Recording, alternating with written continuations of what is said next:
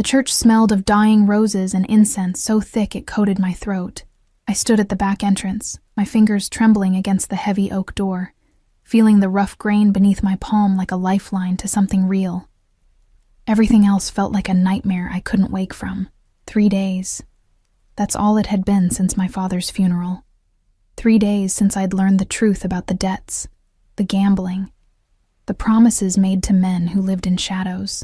3 days since a name I'd only heard whispered in fear became the architect of my fate. Dante Moretti. I'd never seen him before yesterday. Never knew that monsters could wear $1,000 suits and move through the world like they owned every atom of air. But I knew now. God, I knew now. The wedding dress they'd brought me hung heavy on my frame, all silk and lace that cost more than my nursing school tuition. It fit perfectly, which somehow made everything worse. They'd known my measurements, had been watching me, planning this. My breath came short and sharp. Through the crack in the door, I could see the church filling with people I didn't know, men in dark suits with harder eyes, women dripping in diamonds that caught the candlelight like shards of ice. No one from my life, no friends. My mother had died when I was 12. My father 3 days ago, leaving me with nothing but debt, and this transaction, masquerading as a marriage, Miss Russo. The voice behind me was soft but firm. I turned to see an older woman, elegant in midnight blue, her silver hair swept up in a chignon. She'd introduced herself yesterday as Mrs. Castellano, though I suspected that wasn't her real purpose here. It's time. I can't. The words scraped out of me. Please. There has to be another way. I can work. I can pay back whatever Your father owed $3 million. Her voice wasn't unkind, but it held no mercy. Money borrowed from Mr. Moretti's family. Money that was supposed to fund a shipment that never arrived. Your father gambled it away instead. That kind of betrayal requires payment. Then take everything. The house, the car, whatever. There is nothing left. She stepped closer, and I caught the scent of gardenias. This is mercy, child. Mr. Moretti could have demanded blood. Instead, he's demanded you. Mercy. I wanted to laugh, but my throat had closed around something that felt like broken glass. Why? I whispered. Why me? He doesn't even know me. Something flickered across Mrs. Castellano's face. Surprise, maybe, or pity. That's not a question I can answer, but I can tell you this. Dante Moretti always has his reasons. And he always gets what he wants. She adjusted my veil with gentle hands that felt like a cage closing. Through the delicate lace, the world became softer, hazier, like I was already disappearing. The organ music swelled. Wagner, processional, my execution march. Mrs. Castellano opened the door fully, and I saw him for the second time in my life. Dante Moretti stood at the altar like a king surveying his kingdom. Even from this distance, I could feel the weight of his presence. The way everyone in the church seemed to orbit around him, pulled by some dark gravity. He wore black, of course. A suit that probably cost more than most people made in a year, cut to emphasize the breadth of his shoulders, the lean power of his frame. But it was his face that stopped my heart. Yesterday, when his men had come to collect me, I'd been too shocked to really see him. I'd noticed the sharp jawline, the dark hair swept back from his forehead, the way he'd looked at me like he was cataloging every detail. But I'd been numb, drowning in grief and terror. Now, as I stood at the threshold of this forced union, I really looked. He was young, maybe 30, 32. That shocked me. I'd expected someone older, harder. A crime lord with silver at his temples, and cruelty etched into every line. Instead, Dante Moretti was beautiful, in the way a blade is beautiful, all clean lines and lethal purpose. His face could have been carved from marble. High cheekbones, a straight nose that had probably been broken once, a mouth that looked like it rarely smiled. But his eyes. God, his eyes. Even across the expanse of the church, I felt them lock onto me. They were the color of dark honey shot through with amber, gold-flecked and burning with an intensity that made my skin prickle. He didn't look away, didn't blink, just watched me with a focus that felt like hands against my skin. "Walk," Mrs. Castellano murmured. "Don't run. Don't hesitate. You'll only make it worse." My feet moved without permission, carrying me down an aisle lined with strangers. Each step felt like walking into deeper water. I tried to focus on breathing, in through my nose, out through my mouth. But the incense was too thick, and my corset was too tight, and he was still staring at me like I was the only thing in the world that mattered. I cataloged details to keep from breaking. The two men standing just behind him, clearly security despite their expensive suits. One was massive, built like a wall, with a scar running from his temple to his jaw. The other was leaner, watchful, his hand resting casually near where I suspected he kept a gun. Neither looked at me. They scanned the crowd, the windows, the doors. Constant motion tracking threats. The priest looked uncomfortable, his hands fidgeting with his Bible. He was young, too, with sweat beading at his hairline despite the cool air.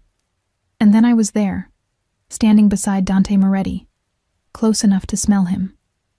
Expensive cologne layered over something darker, richer. Leather and smoke and something metallic that made me think of blood. He turned to face me fully, and I had to tilt my head back to meet his eyes. He was tall, at least 6'2", and standing this close, I could see the small details that made him real instead of a nightmare. The shadow of stubble along his jaw, the tiny scar cutting through his left eyebrow, the way his lips parted slightly as his gaze dropped to my mouth. Sophia.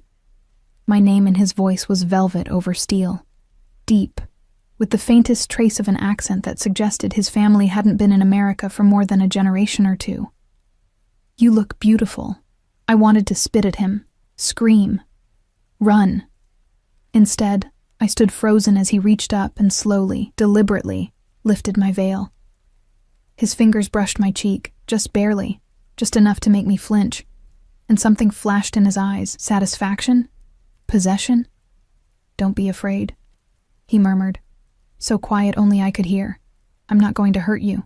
The word burned in my throat, but I couldn't force it out, because there was something in his voice that didn't match the situation, something almost tender. It made no sense.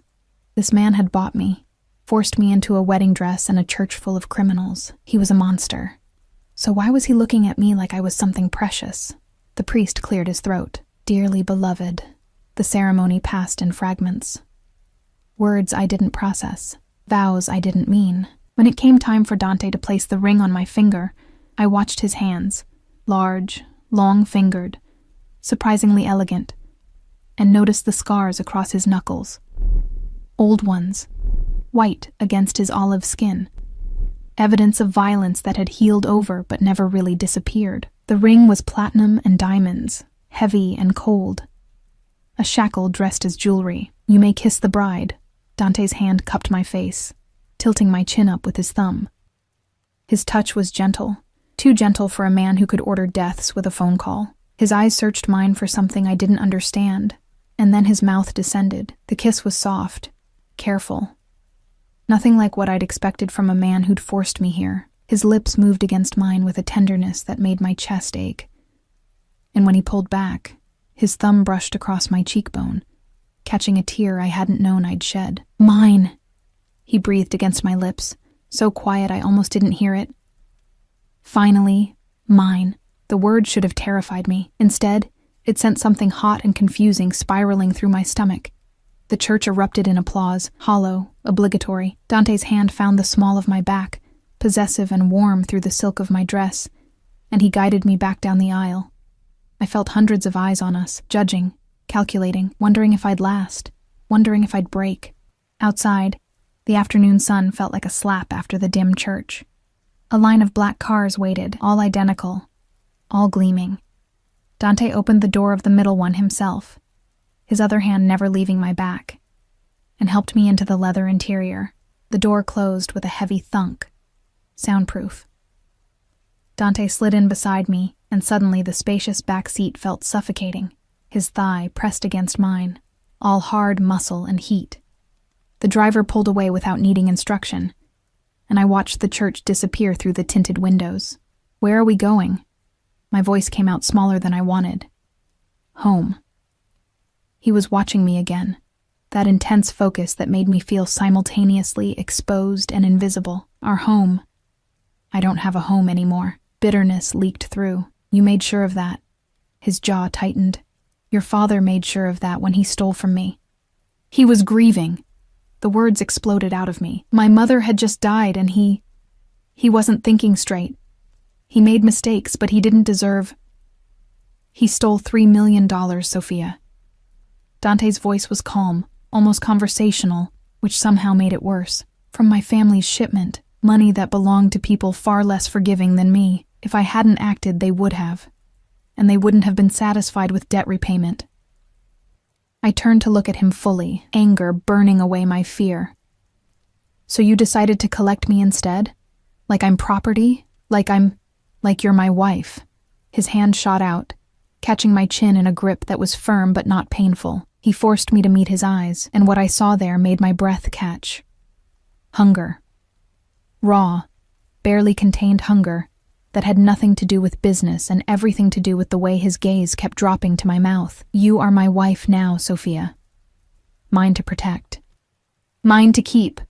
And anyone who tries to touch what's mine will learn exactly why people fear the Moretti name. The estate appeared through the trees, like something out of a fever dream. All stone and iron gates that opened without Dante needing to signal. The driveway curved through manicured gardens that probably required a full-time staff, past fountains and marble statuary that belonged in museums. Not front yards. I'd known he was wealthy. You didn't become a mafia boss by being poor. But this was obscene. Old money and new violence mixed into something that made my small apartment above the bodega look like a cardboard box. The car stopped in front of massive double doors. Before I could reach for the handle, Dante was already there, opening it, offering his hand. I ignored it and climbed out on my own, my wedding dress catching on the doorframe. I heard the fabric tear, a small, satisfying sound of rebellion. His lips twitched, almost a smile.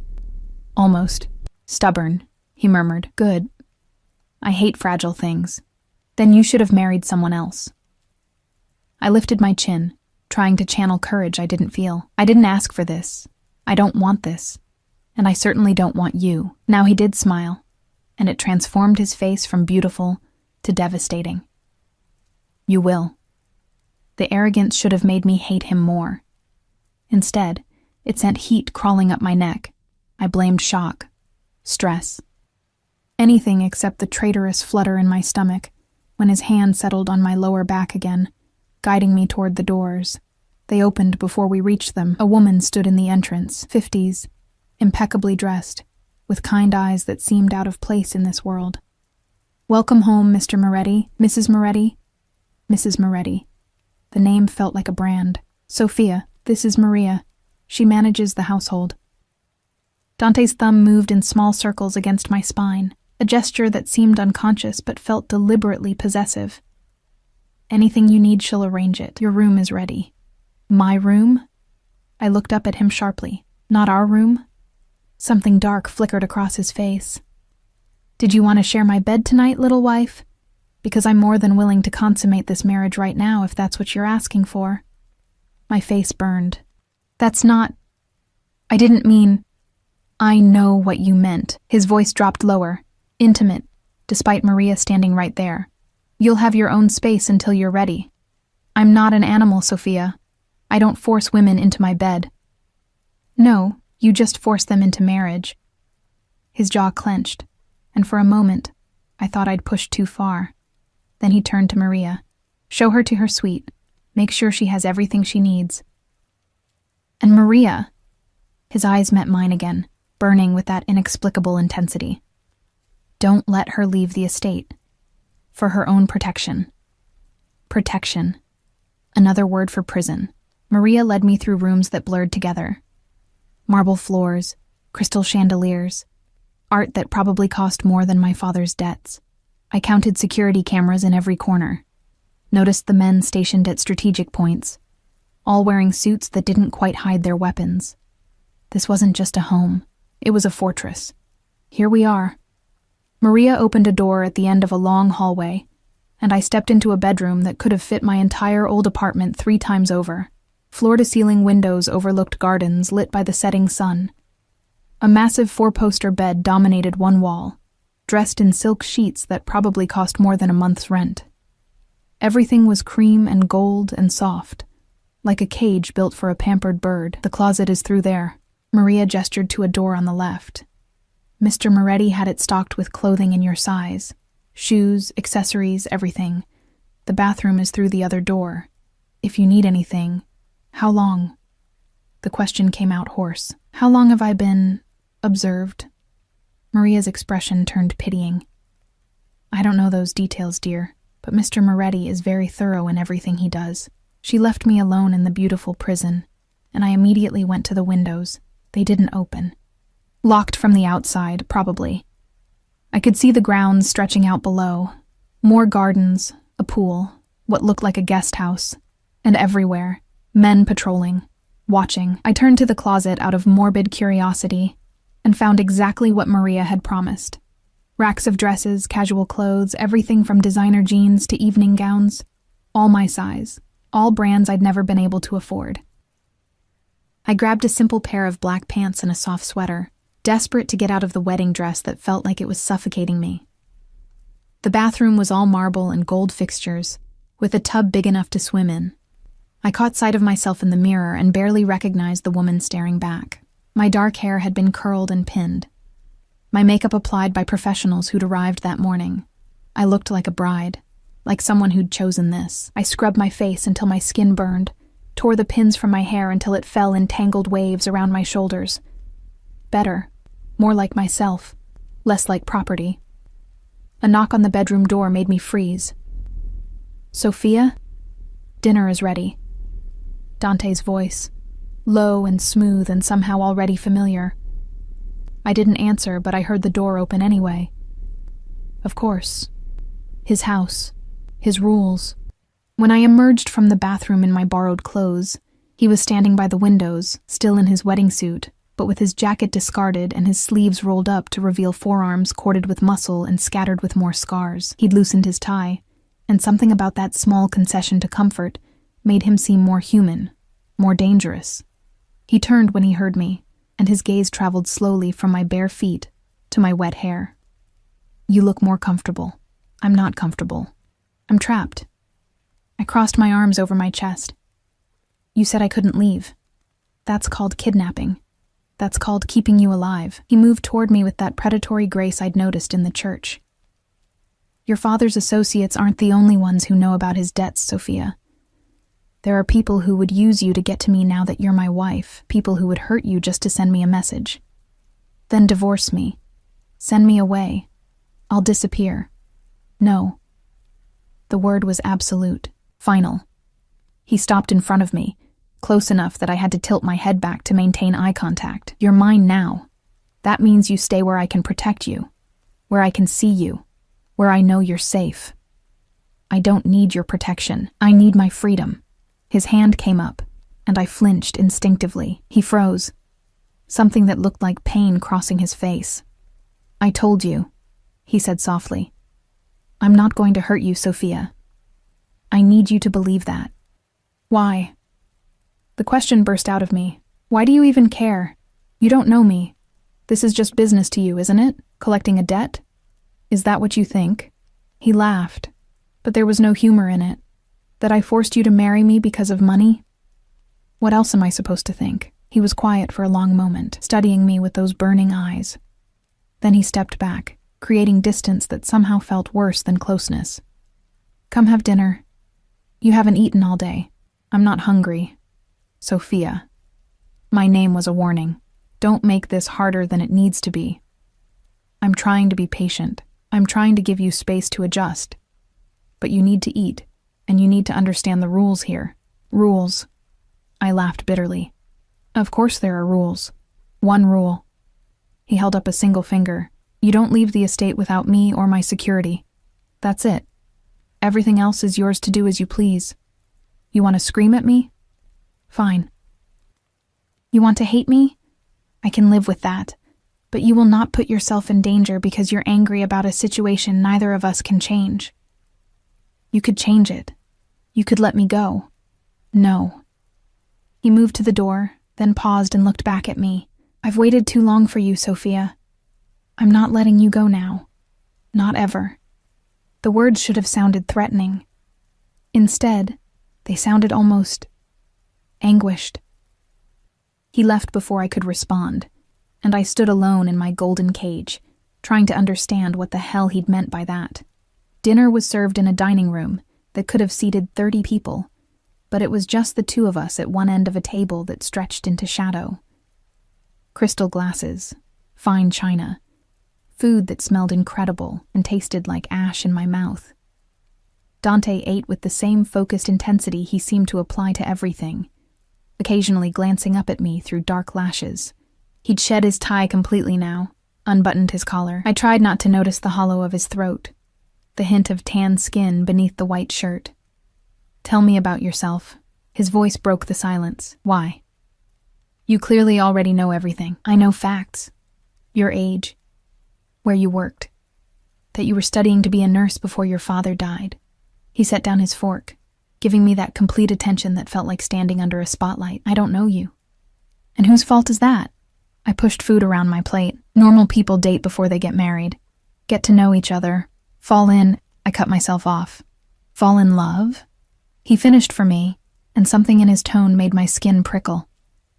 Is that what you wanted, Sophia? Romance? Courtship? I wanted a choice. Life rarely gives us those. He leaned back in his chair, and I noticed how the movement made his shirt pull tight across his chest. But I can give you honesty. Ask me anything. I'll answer. It was a trap. Had to be. But curiosity won over caution. Why me? Out of all the ways you could have collected my father's debt, why did you choose marriage? His expression shifted into something I couldn't read. What if I told you it wasn't about the debt? I'd say you were lying. I've never lied to you, Sophia. Not once. He leaned forward, elbows on the table, and the candlelight caught the gold in his eyes. Your father's betrayal gave me an excuse. But the debt is already paid as far as I'm concerned. My heart hammered against my ribs. What are you saying? I'm saying I've known who you were for a long time. Longer than you'd believe. He stood abruptly, and I tensed. But he just walked to the windows overlooking the dark gardens. I saw you 2 years ago at the hospital where you were working. You were in the cafeteria during your break, studying for an exam. You had coffee and a muffin, and you were so focused you didn't notice when you got chocolate on your nose. I stared at his back, trying to process his words. 2 years ago, before my father's debts, before any of this, you smiled at a child who was crying. He continued, his voice softer now. Gave him your muffin and told him a story about a brave knight. He stopped crying. His mother thanked you, and you said it was nothing, just kindness. Dante, I watched you walk away and I couldn't stop thinking about you. He turned back to face me, and what I saw in his expression made my breath catch. Hunger. Longing. Obsession barely held in check. I told myself it was insane. That I had no business wanting someone like you, someone good and pure and completely untouched by my world. But I couldn't stay away. I had my people find out everything about you. Where you lived, where you worked, your favorite coffee shop. The route you took home every night. That's stalking. My voice came out shaky. Yes. He didn't even try to deny it. It is. And when I found out about your father's debt, when I realized I had a way to bind you to me legally, I took it. I'm not proud of manipulating the situation, but I won't apologize for wanting you, Sophia. For taking the only chance I might ever have to make you mine. The room felt too small suddenly. Too hot. You're insane. Probably. He moved toward me again, and this time I couldn't make myself back away. But I've spent 2 years watching you, wanting you, imagining what it would be like to have you look at me the way you looked at that child. With softness. With trust. His hand lifted, hesitating just before touching my face. I know you hate me right now. I know you're angry and scared and you think I'm a monster. And maybe I am. But I will spend every day proving that I can take care of you, that I can keep you safe, that marrying me wasn't the worst thing that could have happened to you. You forced me into this. Tears burned my eyes. You took away my choice, my future. Everything. I gave you a future. His thumb brushed across my cheek, catching a tear. The gentleness of the gesture broke something in me. One where you're protected, provided for, where you never have to worry about money or safety or being alone. I know it's not what you wanted, but it's what I'm offering. The only thing I have to give. I don't want your money or your protection. The lie tasted bitter. I want my life back, then hate me. His hand cupped my face fully now, tilting my chin up. Scream at me, fight me, but do it from here, where I know you're safe, where I can see you every day and know that you're alive and breathing. And mine. The last word came out rough, almost broken. And suddenly I understood what I was seeing in his eyes, what I'd been seeing since the church. It wasn't just possession or control. It was desperation. Need. Like I was oxygen and he'd been drowning. It terrified me, because somewhere in the past few hours, I'd started to see him too. Not as a monster or a villain or the man who destroyed my life, but as a man who looked at me like I was the only thing in the world worth looking at. And that was the most dangerous thing of all. I didn't sleep that night. How could I? Knowing that somewhere in this massive house, Dante was awake too, thinking about me with that obsessive intensity that made my skin feel too tight. The bed was comfortable, too comfortable, like sleeping on a cloud. But every time I closed my eyes, I saw his face. The way he'd looked at me during dinner, like he was memorizing every detail. The rough edge in his voice when he'd called me mine. The gentleness of his touch against my cheek, so at odds with everything I knew about him. A mafia boss. A criminal. A man who'd admitted to stalking me for 2 years. I should have been planning my escape. Instead, I was replaying the conversation, trying to understand the pieces that didn't fit. The tenderness in his eyes, the almost vulnerable way he'd said he wanted me to look at him with softness. When dawn finally broke, painting the sky in shades of pink and gold, I gave up on sleep and went to the windows. The grounds looked different in daylight. Less fortress, more estate. I could see the gardens properly now, paths winding through roses and hedges, a fountain in the center with bronze horses frozen mid-leap, and everywhere, men, patrolling, watching, protecting or imprisoning, depending on perspective. A soft knock made me turn. Maria entered with a tray, coffee, pastries, fresh fruit arranged like art.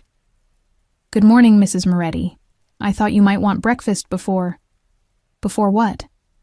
"Mr. Moretti asked me to let you know he'll be in his office all morning handling business." She set the tray on a small table by the window. "He wanted me to show you around the estate. Help you get familiar with your new home, my new home." The words sat wrong in my mouth. "And if I don't want a tour?" Maria's smile was patient. "Then I'll be here if you need anything. But Mrs. Moretti, Sophia, if I may, this can be as difficult or as easy as you make it. Mr. Moretti isn't going to change his mind. And between you and me, I've worked for this family for 15 years. I've never seen him like this. The way he looks at you," she trailed off, shaking her head. "Just give it time, dear. Give him a chance." She left before I could argue, and I was alone with coffee that smelled like heaven and thoughts that felt like hell. I spent the morning exploring my gilded cage. The closet really did have everything. Clothes for every occasion, shoes that actually fit, jewelry I was afraid to touch. The bathroom had products I'd only ever seen in magazine advertisements. Everything chosen specifically for me, which meant Dante's observation had been even more thorough than I'd imagined. The thought should have made me angry. Instead, it made something twist low in my stomach, something that felt dangerously close to being wanted. By noon, I couldn't stay in the room anymore. I ventured into the hallway, half expecting someone to stop me. But the house seemed quiet, except for the distant sound of voices somewhere below. I followed the sound down a grand staircase, through rooms that showcased wealth I couldn't comprehend, until I found myself in a library that stole my breath, floor-to-ceiling shelves filled with books. Leather-bound first editions mixed with newer paperbacks, a ladder on rails to reach the higher shelves, windows that let in natural light to pool on Persian rugs. It was the kind of room I'd dreamed about as a child, back when books were my escape from a life that felt too small. Beautiful, isn't it? I spun around to find Dante leaning against the doorframe, watching me with that intensity that never seemed to dim. He'd changed from the wedding suit into dark jeans and a black sweater that somehow made him look more dangerous, more real. His hair was slightly mussed, like he'd been running his hands through it, and there were shadows under his eyes that matched mine. "You didn't sleep either," I said, before I could stop myself. "No." He pushed off the doorframe and moved into the room, but he kept his distance, like he was afraid of scaring me. "I kept thinking about what you said, about choice, about freedom. And you're right." He shoved his hands in his pockets, a gesture that seemed almost nervous. "I took those things from you, justified it by telling myself I was protecting you, but the truth is I was just selfish. I wanted you so badly I convinced myself the ends justified the means." I stared at him, unsure how to respond to this version of Dante, the one who seemed almost uncertain, almost human.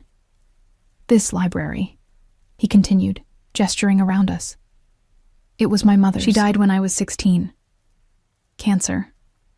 My father had this room built for her, because she loved books more than anything except family." His voice went rough. "She used to tell me that the right person would make me understand why people write poetry, why they go to war, why they burn the world down just to keep one person safe. Dante." I didn't believe her. He looked at me then, and the raw emotion in his eyes made my chest ache. "Not until I saw you in that hospital cafeteria, smiling at a crying child. And then I understood. I understood why men become monsters. Because if someone tried to hurt you, Sophia, I would burn the entire world to ash." The words should have terrified me. Instead, they sent heat flooding through my veins, pooling low in my belly. "You don't even know me. I know you wake up early because you like watching the sunrise. I know you take your coffee with cream and 2 sugars. I know you volunteered at a free clinic every Tuesday, even though you were exhausted from your regular shifts. I know you cry at animal shelter commercials and you're afraid of spiders, but you won't kill them because you think all life has value." He took a step closer. "I know that when you're nervous, you twist your hair around your finger. When you're angry, you get this little crease between your eyebrows. When you're sad, you try to hide it by smiling, but your eyes give you away." Each word felt like a caress, like he was touching me even though he stood 3 feet away. "That's not knowing me. That's observing me. Then let me know you. Another step. Really know you. Let me earn what I took. Let me prove that I can be more than the man who forced you into this. And if I can't, if I'll always hate you for this," pain flashed across his face, "then I'll live with your hatred. As long as I know you're safe, as long as I can see you every day. I'll take whatever pieces of you you're willing to give me, Sophia. Hatred, anger, indifference. I'll take it all, and be grateful." The honesty in his voice broke something in me. This wasn't manipulation. This was confession. Like he was laying himself bare and hoping I wouldn't destroy him. "Why?" The question came out barely above a whisper. "Why me, Dante? What did you see that made you do this?" He closed the distance between us then, slowly, giving me time to move away. When I didn't, he lifted his hand and tucked a strand of hair behind my ear. His fingers lingered on my jaw, and I felt the calluses, the evidence of a life lived violently, but his touch was impossibly gentle. "I saw goodness," he said softly. "Real goodness, not the kind people fake to get what they want. You helped that child because it was the right thing to do, not because anyone was watching. You smiled at him like his happiness mattered to you, even though you'd never see him again." His thumb brushed across my cheekbone. "I've spent my entire life surrounded by people who only care about power and money and survival. And then I saw you, this bright spot in a dark world, and I couldn't look away. Didn't want to look away. I'm not some saint, Dante. I'm just perfect." The word was fierce. "You're perfect and you're mine, and I know I don't deserve you. but I'm too selfish to let you go." Before I could respond, his phone buzzed. He cursed under his breath, pulling it out and checking the screen. Whatever he saw made his expression harden, all that vulnerability disappearing behind a mask of cold authority. "I have to take this." He stepped back, and the loss of his warmth felt like a physical thing. "Marco will be right outside if you need anything. Don't leave the house, Sophia. Please." He was gone before I could argue, leaving me alone in his dead mother's library with my heart racing and my thoughts in chaos. 3 days passed in a strange routine. Dante would disappear for hours into his office, handling business that I didn't ask about because I wasn't sure I wanted to know. But he'd find me for meals, sitting across from me at that enormous dining table and asking questions about my life, my dreams, my favorite books from the library I'd claimed as my sanctuary. He listened like every word mattered. Like I was telling him the secrets of the universe instead of rambling about nursing school or the stray cat I used to feed behind my old apartment building. And slowly, terrifyingly, I found myself softening. It was the small things that undid me. The way he always made sure my coffee was exactly how I liked it, how he'd noticed I was cold one evening, and the next day, every room I entered had a soft blanket waiting.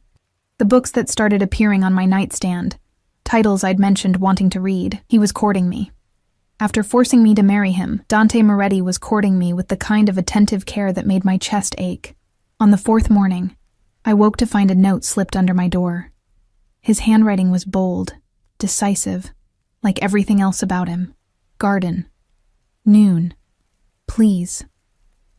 The please made me smile despite myself. I found him in the rose garden, standing by the fountain with his hands in his pockets and his shoulders tense. He'd dressed casually again, jeans and a navy sweater, but he still looked like he belonged on a magazine cover. When he heard my footsteps, he turned, and his whole face transformed with relief. "You came. You said please." I stopped a few feet away, suddenly shy. "What's this about?" Instead of answering, he held out his hand. "Walk with me?" I hesitated, then placed my hand in his. His fingers closed around mine, warm and solid, and something in my chest loosened. This felt normal, like something a real couple would do. He led me down paths lined with roses in every color, past the fountain to a part of the garden I hadn't explored yet. And there, hidden behind a wall of climbing jasmine, was a greenhouse. "My mother's project," Dante explained, pushing open the glass door. "She grew medicinal herbs, used to make teas and remedies for people in the neighborhood who couldn't afford doctors. Inside, the air was humid and fragrant with growing things. Raised beds filled with plants I recognized from my nursing studies. Lavender, chamomile, echinacea, feverfew. Someone had been maintaining them, keeping her legacy alive. I thought..." He cleared his throat, and I realized he was nervous. Dante Moretti, mafia boss and feared criminal, was nervous talking to me. "I thought you might want to use this space for your nursing. I know you had to leave school, but you could still practice here. Help people. The families who work for me, they'd trust you, respect you." I turned to look at him, really look at him. "You'd let me do that? Help people connected to your world? I'd let you do anything that makes you happy, Sophia." His hand came up to cup my face, and this time I didn't flinch. "Even if it means putting yourself in danger, though I'd prefer you didn't. Even if it means you never forgive me for how this started, I just want to see you smile again. A real smile, not the polite ones you've been giving me at dinner." The honesty in his voice, the vulnerability in his eyes, it was too much. This wasn't supposed to happen. I wasn't supposed to start caring about the man who'd forced me into marriage.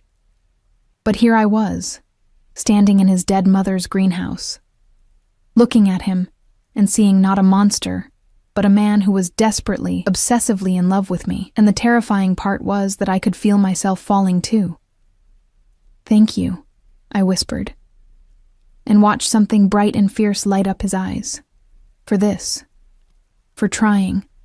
His thumb traced my lower lip, and I felt the touch everywhere. "I'll spend the rest of my life trying, Sophia. Every single day." He leaned in slowly, giving me time to pull away, but I didn't.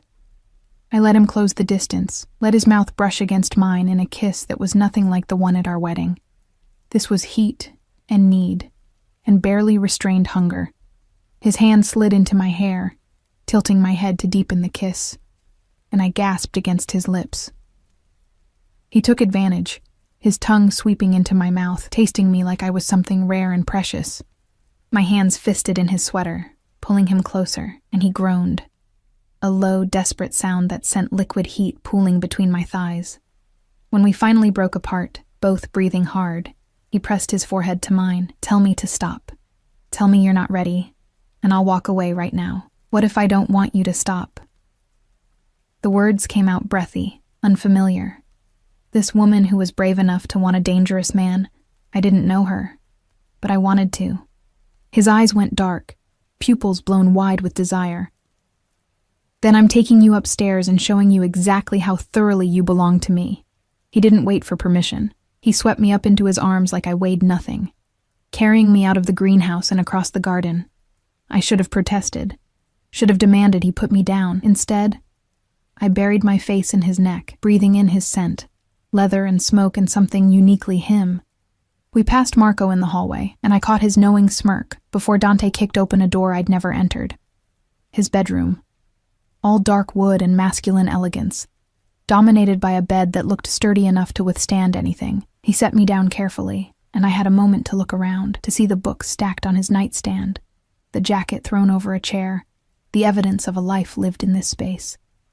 Then his hands were on me, pulling me back against his chest, his mouth hot against my neck. "Last chance," he murmured against my skin. "Tell me no, and I'll take you back to your room. No judgment, no pressure." I turned in his arms and reached up to cup his face, feeling the stubble rough against my palms. "I don't want to say no." Something savage flashed across his features. Thank God. His mouth crashed down on mine, and this kiss was nothing like the careful ones before. This was possession, claiming, need stripped bare. He walked me backward until my legs hit the bed, then followed me down, his weight pressing me into the mattress. I should have felt trapped.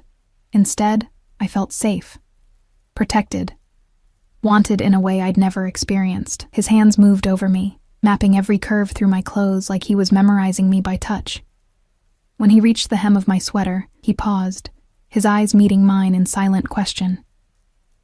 I nodded, and he pulled it off in one smooth motion, leaving me in just my bra and jeans. "Beautiful," he breathed, his gaze traveling over me with an intensity that made me shiver. So fucking beautiful. His mouth found my collarbone, trailing kisses down to the swell of my breasts. When he reached behind me to unhook my bra, I grabbed his wrist. "Your turn." A slow smile curved his lips, the first real smile I'd seen from him, and it transformed his face completely. He sat back and pulled his sweater over his head, revealing a body that made my mouth go dry. Sculpted muscle and tan skin, scattered with scars that told stories of violence survived. A tattoo covered his left shoulder and chest, an intricate design of a phoenix rising from flames, wings spread wide. I traced the bird with trembling fingers. What does it mean? Rebirth. His hand covered mine, pressing it against his heart. I could feel it racing beneath my palm. I got it after my mother died, a reminder that even when everything burns down, something new can rise from the ashes. The vulnerability in his voice made my chest tight. This man, this dangerous, powerful man, was letting me see him. Really, see him. All the broken pieces he kept hidden from the world. I pulled him back down to me, kissing him with everything I couldn't put into words. His groan vibrated against my lips as his hands moved to my jeans, unbuttoning and sliding them down my legs. When I was bare except for my underwear, he pulled back to look at me, and what I saw in his expression stole my breath. Wonder, reverence, like he couldn't believe I was real. 2 years, he said roughly. I've spent 2 years imagining this. Imagining you in my bed, looking at me like you don't hate me, and the reality is so much better than any fantasy. He stripped off the rest of his clothes, and I tried not to stare. Tried and failed. He was magnificent, all hard muscle and lethal grace, fully aroused and unashamed. When he settled between my thighs, the weight of him, the heat, it was overwhelming in the best way. If I hurt you, he started, but I cut him off with a kiss. You won't. He proved me right. Every touch was careful, worshipful, designed to bring me pleasure. When he finally slid inside me, filling me completely, we both gasped. He held still, his forehead pressed to mine, his breath coming in harsh pants. Mine, he whispered. Finally mine. Then he started to move, and I forgot everything except the feeling of him. The connection between us, the way he said my name like a prayer. It was intense and overwhelming and perfect. When I shattered around him, he followed, my name on his lips like a benediction. Afterwards, he held me close, his heartbeat strong beneath my ear. I love you. He murmured into my hair. I know it's too soon. I know I have no right. But I've loved you since that day in the hospital, and I'll love you until my last breath. I should have been afraid of that kind of devotion. Instead, curled in his arms with his scent surrounding me, I felt something dangerous blooming in my chest. Something that felt suspiciously like love. The next 2 weeks passed in a blur of stolen moments and careful confessions. Dante still disappeared for business, but he always came back to me. We'd have dinner together, talking about everything and nothing. He'd find me in the library and read beside me in comfortable silence. At night, I'd end up in his bed, learning his body and letting him learn mine. I was falling. God help me. I was falling for my captor, but the outside world couldn't stay away forever. On a Tuesday morning, I woke to shouting. Dante's voice, sharp with command, coming from somewhere downstairs. I threw on a robe and hurried down, following the sound to his office. The door was ajar, and through it, I could see Dante behind a massive desk, his face carved from stone. Marco stood beside him, along with 2 other men I didn't recognize. And across from them, my blood turned to ice. Please, the man was saying, and I recognized him. Vincent Calabresi, one of my father's old friends. Just give me more time. I can get the money. You've had 6 months. Dante's voice was cold, emotionless. This was the mafia boss I'd heard about, not the man who held me gently in the dark. The agreement was clear. You knew the consequences of failing to deliver. But my daughter, she's sick. The treatments. I had to use the money for her treatments. That's not my problem. I must have made a sound, because suddenly every eye in the room turned to me. Dante's expression shifted immediately from cold authority to concern. Sophia, his daughter is sick? I stepped into the room, ignoring Marco's warning look. How old? Vincent looked at me with desperate hope. 7. She has leukemia. The treatments are expensive and... Sophia, this doesn't concern you. Dante stood, moving around the desk toward me. Go back upstairs. No. I planted my feet, meeting his eyes. You told me you'd let me help people. Let me help him. This is business. This is a man trying to save his daughter's life. I turned to Vincent. How much do you owe? Sophia. Dante's voice held a warning. How much? I repeated. 200,000. Vincent whispered. I looked at Dante. At this man I was falling in love with and made a choice. Forgive his debt. The room went silent. Marco's eyes widened. The other men looked shocked, but Dante just stared at me, his expression unreadable. You don't understand what you're asking. He said quietly. I understand perfectly. You told me you'd burn the world for me. So burn this debt. Please. Something shifted in his eyes. If I do this, if I show mercy here, others will see it as weakness. They'll think they can take advantage. Let them think what they want. I moved closer, close enough to place my hand on his chest, feeling his heartbeat spike beneath my palm. Show them that Dante Moretti's wife has influence, that I'm not just some trophy you keep locked away.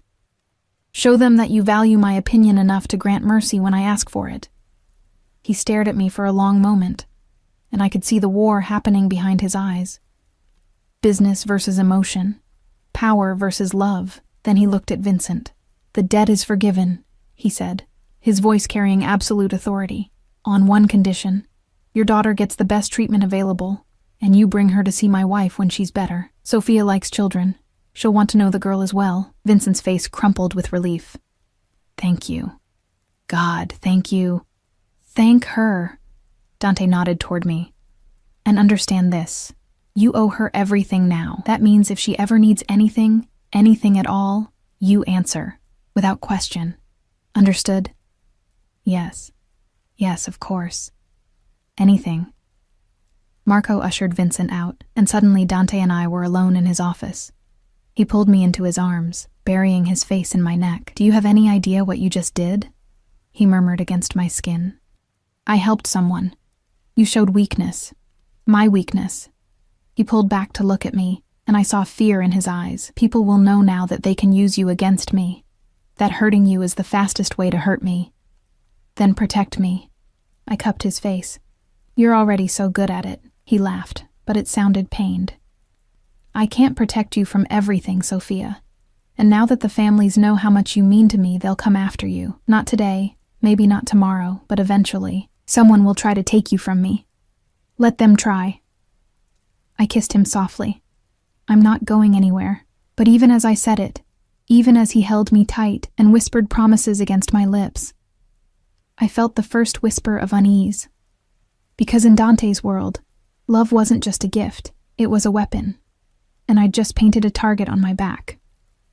The attack came 3 days later. I was in the greenhouse, transplanting herbs and humming to myself, when I heard the first gunshot.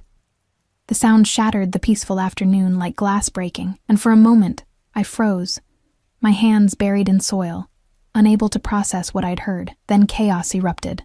More shots, rapid fire, coming from the front of the estate. Shouting, the sound of vehicles screeching. Marco burst through the greenhouse door, his gun drawn, his face grim. Mrs. Moretti, we need to move, now. What's happening? Now. He grabbed my arm, pulling me toward a door I'd never noticed before, hidden behind a wall of climbing vines. It opened to reveal a narrow staircase leading down into darkness. There's a safe room. You'll be secure there until... The greenhouse exploded in a shower of glass. I screamed as Marco threw himself over me, covering my body with his as shards rained down around us. Through the ringing in my ears, I heard him cursing, felt wetness that I realized with horror was his blood. Marco. Go! He shoved me toward the stairs. Lock yourself in. Don't open for anyone except Mr. Moretti or me. Go! I ran, my feet bare and bleeding from the glass, my heart hammering so hard I thought it might burst. The stairs seemed endless, spiraling down into a basement I hadn't known existed. At the bottom, a steel door with a keypad. Marco had shouted numbers at me. I punched them in with shaking fingers, sobbing with relief when the lock clicked open. Inside was a room designed for exactly this scenario. Reinforced walls, monitors showing security feeds from around the estate, weapons locked in a cabinet, supplies for a long siege. I slammed the door shut and engaged the locks, then collapsed against it, trying to breathe through the panic. On the monitors, I could see the battle unfolding. Men in black tactical gear had breached the gates, pouring onto the grounds. Dante's security was fighting back, but they were outnumbered. And there, my breath caught, was Dante himself, moving with lethal grace, a gun in each hand, taking down attackers with the cold efficiency of someone who'd done this 1,000 times. This was what I'd been protected from seeing. This was the reality of Dante's world. Violence and blood and death dealt out as casually as breathing. I watched him fight his way toward the house, toward me, and realized with stunning clarity that I couldn't lose him. Not now. Not when I'd finally admitted to myself that I loved him. The monitors showed the attackers retreating, leaving bodies scattered across the manicured lawn.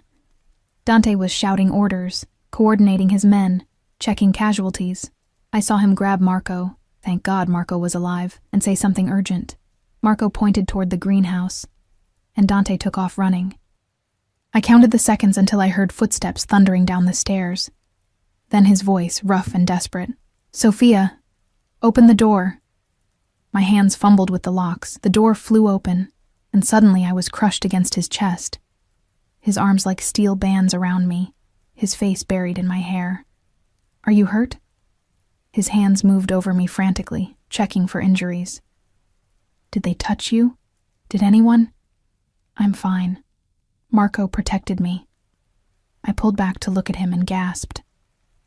Blood streaked his face, his shirt torn and stained. "You're hurt. Not my blood." He cupped my face in hands that shook slightly. "When I heard the explosion, when I saw the greenhouse destroyed," his voice broke. "I thought I'd lost you. Thought I was too late. I'm here. I'm okay." I covered his hands with mine. "Who were they?" His expression hardened. "The Russo family. They thought taking you would cripple me. Send a message." He pressed his forehead to mine. "If anything had happened to you, but it didn't. Your security held them off. You held them off. This time." The words were bitter. "But there will be others, Sophia. As long as you're with me, you'll be in danger. People will see you as my weakness, my vulnerability." I understood what he was offering, an out, a chance to run, to choose the safe life I'd lost when my father made his fatal mistakes. "I'm not leaving," I said firmly. "Sophia, I'm not leaving." "You told me you'd spend your life trying to earn what you took. Well, I'm giving it to you freely now. All of it. My trust, my heart, my future. I choose this, Dante. I choose you." The emotion that crossed his face was almost painful to witness. "You don't know what you're saying. The fear, the adrenaline. I know exactly what I'm saying." I stood on my toes to kiss him, tasting blood and smoke and him. "I love you. I probably started loving you when you showed me the greenhouse, when you tried so hard to give me back the pieces of my life you'd taken, when you looked at me like I was the only thing in the world that mattered. You are." His voice was fierce. "You're everything, Sophia. My reason for breathing. The only good thing in my entire goddamn life." He kissed me then, hard and desperate, like he was trying to pour all his fear and relief and love into the contact. When we finally broke apart, both breathing hard, he rested his forehead against mine. "I need to handle this. Need to send a message that anyone who comes after you will face consequences they can't imagine." His thumb brushed across my cheekbone. "But first, I need to know you're truly safe. Come with me." He led me up the stairs, through a house that now bore evidence of the attack. Bullet holes in walls, shattered windows, blood on the marble floors. Staff were already cleaning, repairing, erasing the violence like it had never happened. This was their normal. In his office, Dante pulled out his phone and made a series of calls. I listened to him arrange meetings, issue threats, consolidate power. This was the mafia boss the world feared. Cold, calculating, absolutely ruthless. But when he looked at me between calls, his eyes softened. For me, he was still just the man who brought me coffee exactly how I liked it. "The Russo family will be dealt with by morning," he said when the last call ended. "They'll understand that touching you means war, a war they can't win, more death." I felt sick. Because of me. Because of them. He pulled me onto his lap, wrapping his arms around me. "They made the choice to attack. I'm just making sure they regret it." We sat like that for a long time.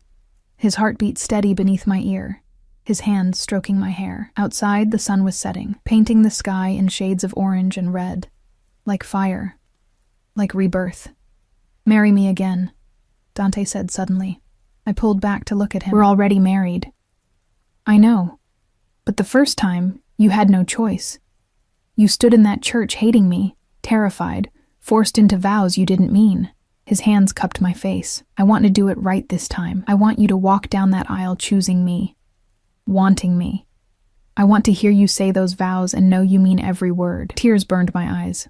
"You're asking me to marry you? I'm begging you to marry me." He smiled, and it was beautiful and vulnerable and so full of love it made my chest ache.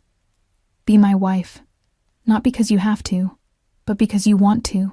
Because you love me even though I'm a monster. Because you see the man beneath the violence and choose him anyway." "Yes." The word came out choked with tears. "Yes, I'll marry you. Again. As many times as you want." He kissed me then, soft and sweet and full of promise. And I knew that this moment, this choice, was the real Everything beginning. Before had been prologue. The second wedding was nothing like the first. We held it in the garden 2 weeks later, just as summer turned to autumn. No crowds of criminals and curious eyes, just the people who mattered. Maria, Marco with his arm in a sling, a handful of Dante's most trusted men, and Vincent Calabrese with his daughter, 7 years old and in remission, clutching flowers she'd picked herself. I wore a simple white dress that I'd chosen myself, my hair loose and crowned with roses from the greenhouse, and when I walked down the path toward Dante, I did it with a smile on my face and love in my heart. He looked at me like I was a miracle, like he still couldn't believe I was real. The priest, a different one, older, with kind eyes, kept the ceremony short and simple.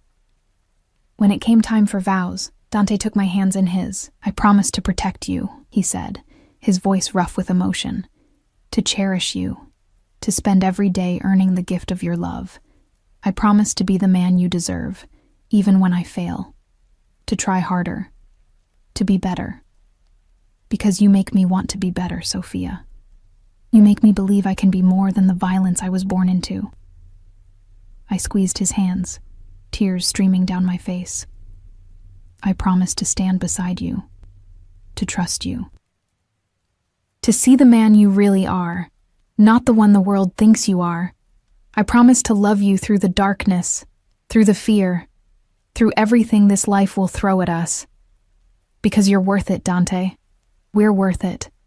When he kissed me this time, it was soft and reverent, a promise of forever. The celebration afterwards was small, but joyful. Maria had prepared a feast. Someone had strung lights through the trees that twinkled like stars as night fell. Marco toasted us with champagne, his eyes suspiciously wet. Vincent's daughter presented me with her flowers, and I hugged her tight, thinking about the life Dante had saved by forgiving that debt. As the evening wore on, Dante pulled me away from the party to a quiet corner of the garden where jasmine perfumed the air. "Happy?" he asked, pulling me into his arms, deliriously. I rested my head on his chest, listening to his heartbeat. Though I never imagined my life would turn out like this. Married to a mobster, married to the love of my life who happens to be a mobster. I tilted my head back to look at him. "There's a difference." He laughed, the sound free and genuine. "You're insane. You know that, right? Any sane person would have run." "Probably." I traced the line of his jaw. "But where's the fun in sanity?" He kissed me again, deeper this time, and I felt the promise in it, the forever we'd just committed to. It wouldn't be easy. Loving a man like Dante Moretti never would be. There would be more attacks, more violence, more darkness to navigate, but there would also be mornings in the greenhouse, teaching neighborhood children about healing herbs. Quiet evenings in the library, reading while he worked beside me. Nights in his arms where the rest of the world disappeared and there was only us. I'd started this journey as a prisoner, a debt payment, property to be collected and kept. Now I was a wife, a partner, a woman who'd found love in the most unexpected place and chosen to keep it, despite everything. "What are you thinking?" Dante murmured against my hair. "That my father's debt was the worst thing that ever happened to me." I pulled back to meet his eyes, and the best. Because it brought me to you. His smile was brilliant, transforming his face. "I spent 2 years watching you, wanting you, thinking you were completely out of my reach. And now you're here. Mine. Choosing to stay. Always, I promised, for better or worse, for richer or poorer, in sickness and in health. Until death do us part," he finished, and kissed me as fireworks exploded overhead. Marco's idea, probably, painting the sky in gold and silver. We stood there together, wrapped in each other, while the world celebrated around us. And I knew, with absolute certainty, that I'd made the right choice. I'd chosen love over fear, partnership over freedom, a dangerous man with a gentle heart over a safe life that would have never been quite enough. I'd chosen Dante Moretti, and I'd choose him again, every single day, for the rest of my life. The greenhouse still stood, rebuilt and beautiful. The library still held endless worlds in its shelves. The garden still bloomed with roses and jasmine and the promise of new growth. And in the center of it all, we stood. 2 broken people who'd found wholeness in each other. A love story that had started with force and fear but had bloomed into something real and rare and absolutely worth fighting for. This was my life now, my choice, my forever. And God help anyone who tried to take it from me.